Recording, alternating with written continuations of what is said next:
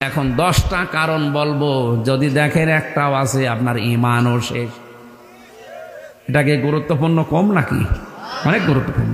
ওযু ভাঙার কারণ 7টা, নামাজ ভাঙার কারণ 19টা, হজ ভাঙার কারণ 5টা। এরকম প্রত্যেকটা ইবাদত ভেঙ্গে নষ্ট হয়ে যাওয়ার কয়টা করে কারণ আছে না নেই? আমাদের যে ঈমান আছে, যেটা নিয়ে জান্নাতে যেতে পারবো, ওই ঈমানও ভেঙ্গে যায়, নষ্ট হয়ে যায় 10 কারণে। কয় কারণ? আপনাকে সতর্ক করার জন্য বলছি, সূরা মুহাম্মদের প্রথম আয়াত এটা, আল্লাযীনা কাফারু ওয়া সাদ্দু আন সাবিলিল্লাহি আযাল্লা আমালাহুম। ভালো করে খেয়াল করেন, আপনাকে আমি বাঁচার জন্য বলছি। আপনি মনে করছেন আমার ঈমান তো আছে, আমি জান্নাত পাবো না। নামাজ পড়তে গেলে যেমন 19টার একটা কারণ হলে নামাজ শেষ, ওযু করে যদি ওই 7 কারণের 7টার একটাও পাওয়া যায়, ওযু শেষ। আপনার ঈমান আছে। এখন 10টা কারণ বলবো, যদি দেখেন একটাও আছে আপনার ঈমানও শেষ। এটাকে গুরুত্বপূর্ণ কম নাকি? অনেক গুরুত্বপূর্ণ। আপনি দেখেন তো এই 10টার একটাও আপনার ভেতরে আমার ভেতরে আছে কিনা।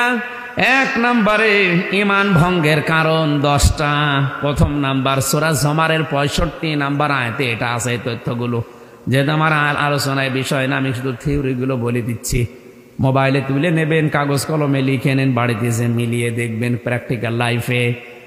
1 নম্বরে যারা শিরিক করবে তাদের ঈমান শেষ। 2 নম্বরে যারা কুফরি করবে তাদের ঈমান শেষ, নষ্ট হয়ে গেছে, ভেঙ্গে গেছে। 3 নম্বরে নেফাক, মনের ভেতরে যাদের মুনাফিকি আছে, উপরে ফিটফাট, ভেতরে সদরঘাট। এখানে একটা উদাহরণ আমি তাফসীর থেকে লিখেছি, যারা সব ধর্মকে সমান মনে করে এদের ঈমান নষ্ট হয়ে গেছে। আজ হিন্দুদের কিছু ভোট পাওয়ার জন্য যারা বলে আমরা সার্বজনীন সনাতন ধর্মে সবাই এসে হাজির হইলাম, তাহলে ওই ধর্মকে আপনি ইসলাম ধর্মের মতো মনে করলেন কোন কারণে? ভোট পাওয়ার জন্য? আসলে তো মনে করার কথা না। কারণ আল্লাহর কাছে একমাত্র, কেবলমাত্র, শুধুমাত্র জীবন ব্যবস্থা ধর্মের নাম ইসলাম। ইসলাম বাদ দিয়ে 4500 ধর্ম দুনিয়ায় আছে, সব আল্লাহর কাছে বাতিল, কোনো দাম নেই। আমি কি বানালাম এগুলো?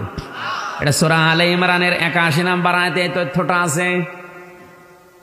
তাহলে সব ধর্মকে যারা সমান মনে করেন, তারা কোরআনের এই আয়াতের সাথে সূরা আলে ইমরানের 19 নম্বর আয়াত আর 81 নম্বর আয়াতের সাথে পুরা কন্ট্রাডিকশন তাদের।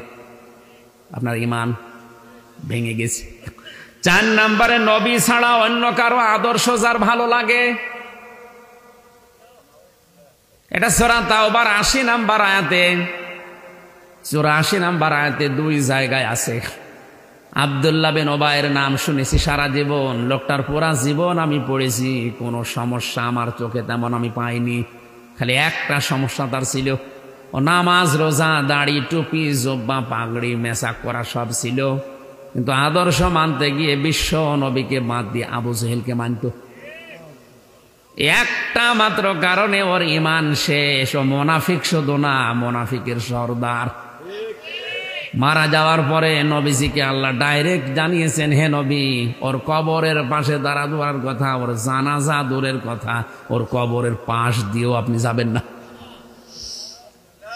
ওয়ালা তুসাল্লি আলা আহাদিম মিনহুম মাতা আবাদা ওয়ালা তাকুম মাতা আবাদা ওয়ালা তাকুম আলা কবরি। হ্যাঁ নবী, ওর কবরের পাশ দিয়েও যাবেন না, দাঁড়ানো তো দূরের কথা, জানাজা আরো দূরের কথা। আমার মনে হয় আয়াত পড়ার পরে যতটুকু মনে হচ্ছে, বাংলাদেশে যদি এখন কোরআন নাজিল হওয়ার সিস্টেম থাকতো, অনেকের জানাজা নসিব হইতো না। তার আদর্শ আবু জেহেল রাজনৈতিক জীবনে, এজন্য যদিও জাহান্নামের নিচে যায়, তা আপনি কোথায় যাবেন? ফতোয়া হামজারে জিজ্ঞাসা করা লাগবে না, আপনি নিজের কাছে জিজ্ঞাসা করেন। আপনার ঈমান নেই, আপনি মুনাফিক, ভেঙ্গে গেছে ঈমান। যারা রাসূলের আদর্শের চাইতে অন্য আদর্শকে ভালো মনে করে, তাদের ঈমান ভেঙ্গে যায়। কি হয়? 5 নম্বরে আল্লাহর বিধানকে যাদের ভালো লাগে না, এটা তো আমার মনে হয় আরো বেশি। আল্লাহর বিধানকে যাদের ভালো লাগে না, কোরআনে কারিম প্রসার করো, বাধা দিও না, তাহলে আমল ব্যর্থ হয়ে যাবে। এ কথা কার? এই মাহফিলটা নিয়েই বসেন তো, এখানে কোরআন প্রসার হবে এই উদ্দেশ্য ছাড়া এদের আর কোনো উদ্দেশ্য আছে বলে আমার মনে হয় না। এরা লাভবান হবে, এক একজন 10 কোটি টাকার মালিক হবে, এরকম কিছু নাকি? এদের একই উদ্দেশ্য যে কোরআনের লাগায় প্রসার হবে, মানুষ কোরআনের কাছে আসবে। আল্লাহর এই কথাটা সূরা মায়েদা 7 নম্বর পারা 1 নম্বর পৃষ্ঠার 83 নম্বর আয়াতে আছে। ওয়াইদা সামিউ মা উনজিলা ইলার রাসূলি তারা আ'য়ুনাহুম তাফিদু মিনাদ দামি'i মিম্মা আরাফু মিনাল হক ইলা আখির আয়াত। হে নবী, মানুষকে যখন কোরআন শোনাবেন, দেখবেন যারা কোরআনের মর্ম মানেগুলো উপলব্ধি করার চেষ্টায় আছে, যারা বুঝতেছে আল্লাহ কি বলে, ওদের চোখের দিকে তাকিয়ে দেখবেন ওরা কাঁদতেছে। আল্লাহর কথাগুলো বোঝার মতো যোগ্যতা যাদের আছে, ওরা নীরব নিস্তব্ধ হয়ে চিন্তা করবে, আর ভেতর থেকে এমনিতে কান্না আসবে, ওরা টেরও পাবে না। এখানে সবার চোখে পানি আসবে না। যাদের বোঝার মতো উপলব্ধি করার মতো ক্ষমতা আছে, দেখবেন মনের অজান্তেই চোখ দিয়ে পানি পড়ছে। বিশ্ব নবী তো তার জীবনী পড়ে দেখেছি, রাহিকুল মাখতুমে হাত তুলতে দেরি হতো, কোরআনের কথা শুনলে চোখ দিয়ে পানি আসতে দেরি হতো না। আর আমরা তার উম্মত হাত তোলা না, ঠ্যাং তুলে বসে থাকলো, চোখে পানি আসে না, কারণ আমরা তো বুঝি না যে আল্লাহর বক্তব্য কি। আল্লাহর এইটা একটা বিধান যে কোরআন প্রসার করো, এ বিধান কার? এই দিকে তাকে এলাকার যুবকেরাই আয়োজন করেছিল, যারা বুঝে হোক না বুঝে হোক বাধা দিয়েছেন। আল্লাহর কসম, আপনার ঈমান ভেঙে গেছে। আপনার মতো মানুষ মারা গেলে আপনার জানাজা দেওয়া, কবরে দেওয়া বেকার। আপনি এমনিতেও জাহান্নামে যাবেন, অমনিও জাহান্নামে যাবেন, কারণ ফাআহবাতা আমালাহুম, আমলের বহু বচন আমাল। যত আমল আপনি এর আগে করেছিলেন সব আল্লাহ ভেঙ্গে ফেলেছে, নষ্ট করে দিয়েছে, ব্যর্থ করে দিয়েছে। সূরা মুহাম্মদের 1ম আয়াত। এরপরও যদি বলেন ফতোয়া হচ্ছে না, এদিকে আসেন, ঝড়ি কোদাল দিয়ে আপনার ফতোয়া দিচ্ছে। 6 নাম্বারটাই পেয়েছি, দিনের কোনো বিধানকে কেউ যদি কটাক্ষ করে খারাপ ভাবে, এটা দিনের বিধান না? নফল ইবাদতের ভেতরে সর্বোত্তম বললাম। তাহলে এই বিধানটাকে যারা কটাক্ষ করলেন, ষড়যন্ত্র করলেন, আপনার ঈমান কিন্তু নষ্ট হয়ে গেছে। আপনি এখন আবার কালেমা পড়ে মুসলমান হন, নাই তো এরকম মুসলমান দাবি করছে যারা কোরআন বিরোধী, এদের জানাজা পড়াও জায়েজ নেই। আব্দুল্লাহ বিন উবাইয়ের জানাজা যদি জায়েজ না হয়, তা আপনার জানাজা কবরে দেওয়া জায়েজ হয় কি করে? আমার তো বুঝে আসছে না। হ্যাঁ, আমরা হয়তো লোক দেখানোর জন্য চাপে পড়ে করছি, কিন্তু আল্লাহ কবুল করবে না। কারণ নবীর চাচা আবু তালিব মারা যাবার পরে নবীজি নিজে তার কবরের পাশে দাঁড়িয়ে হাত তুলেছিলেন, আল্লাহ তুমি আমার চাচা আবু তালিবকে মাফ করে দাও, কারণ এই লোকটা সারা জীবন আমার পেছনে শ্রম দিয়েছে। হযরত জিবরাইল এসে বলে, হে নবী, হাত নামান। কার জন্য হাত তুলেছেন? এটা আপনার চাচা, আমি জানি। এ সারা জীবন আপনাকে বাড়িতে রেখে লালন পালন করেছে, পিঠে নিয়ে, মুখে নিয়ে, বুকে নিয়ে মানুষ করেছে, দেখেছি। কিন্তু লোকটা মুশরিক। লোক কি?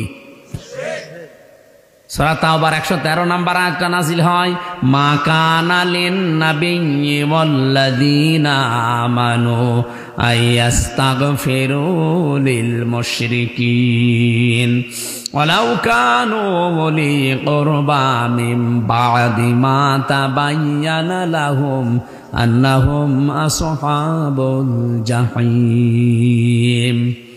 আল্লাহ পাক বলেন, হে নবী, শুধু আপনার জন্য না, দুনিয়ায় কোনো ইমানদারের জন্যও এটা জায়েজ নেই, শোভনীয় নেই, উচিত নেই। এটা কখনো করবেন না যে কোনো মুশরিক মারা গেলে আমার কাছে ক্ষমা চাবেন, যদিও ওইটা আপনার নিকট আত্মীয়। যে নবী কোনোদিন হাত তুলেছে কবুল হয়নি এমন আমি পাইনি, মনের ভেতরে কামনা আসলেই কবুল হয়ে গেছে, সেই নবী হাত তুলে বসে আছে, আল্লাহ হাত ফেরত দিচ্ছে।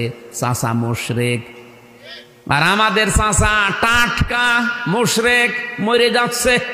5টা 10টা গরু জবাই করে হুজুর দিয়ে দোয়া করে মনে করছো জান্নাত পেয়ে বসে আছে। জান্নাত ও জাহান্নামও যাবে কিনা আল্লাহ জানে। ইমান ভাঙ্গার 7 নাম্বার কারণ হচ্ছে যারা জাদুকর, যারা জাদু করে বেড়ায়, এ মানুষের ইমান নষ্ট হয়ে যায়। সারা বাকারার ভেতরে ঘটনাটা আছে। 8 নাম্বারে মুসলমানদের বিরুদ্ধে যারা ষড়যন্ত্র করে ওদের ইমান ভেঙ্গে যায়, নষ্ট হয়ে যায়। 9 নাম্বারে কাউকে ইসলামের ঊর্ধ্বে যদি কেউ মনে করে তার ইমান সঙ্গে সঙ্গে ধ্বংস হয়ে যায়। আর এটা বাংলাদেশে বেশি, অনেককে এখন ইসলামের ঊর্ধ্বে মনে করা হচ্ছে। নাকি বেশি বলে ফেললাম? 10 নাম্বারে ইসলামের কোন বিধানকে কেউ যদি ঘৃণা করে, সূরা সেজদার 22 নাম্বার আয়াতে তথ্য আছে, সূরা মুহাম্মদের 9 নাম্বার আয়াতে তথ্য আছে। যেটা বললাম আপনি একটু মিলান। এই যে 10টা আল্লাহর পথে যারা মানুষকে বাধা দেয়, চলতে দিতে চায় না, এদের ঈমান আল্লাহ নষ্ট করে দেয়। আমার তো মনে হচ্ছে 10টার ভেতরে 10টা এখন আমাদের ভেতরে অলরেডি পাওয়া যাচ্ছে। আন্দাজে ঈমানের দাবি করে বসে আছে।